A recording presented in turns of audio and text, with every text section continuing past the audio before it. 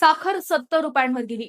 केंद्र मोठा निर्णय घेण्याच्या तयारीत. साखरेचे दर थेट 70 रुपयांच्या उंबरठ्यावर पोहोचले आहेत आणि त्याचा थेट परिणाम तुमच्या घराच्या बजेटपासून ते मिठाईच्या दुकानापर्यंत होणार आहे. पण दर एवढे का वाढलेत आणि ही वाढ रोखण्यासाठी केंद्र सरकार नेमकं काय निर्णय घेण्याच्या तयारीत आहे हे समजून घेऊया. गुरुवारी एम साखरेचा दर 68 रुपये तर एल साखरेचा दर 69 रुपये प्रति किलो पर्यंत पोहोचला. त्यामुळे साखरेचा दर लवकरच 70 रुपयांचा टप्पा ओलांडण्याची शक्यता व्यक्त केली जात आहे. साखरेच्या दरवाढीचा परिणाम फक्त घरगुती वापरावर होणार नाही, तर मिठाई, पेढे, लाडू आणि इतर गोड पदार्थांच्या किमतीही वाढण्याची शक्यता आहे. विशेषतः सणासुदीच्या काळात याचा फटका ग्राहकांना बसू शकतो.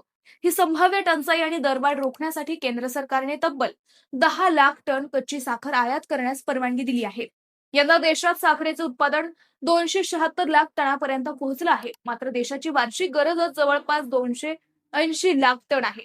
म्हणजेच उत्पादन आणि मागणी यामध्ये मोठी तफावत निर्माण होण्याची शक्यता आहे. त्यातच अल निनो आणि इतर हवामान विषयक परिस्थितीमुळे उत्पादनात मोठी वाढ होण्याची शक्यता कमी असल्याचं तज्ज्ञांचं मत आहे.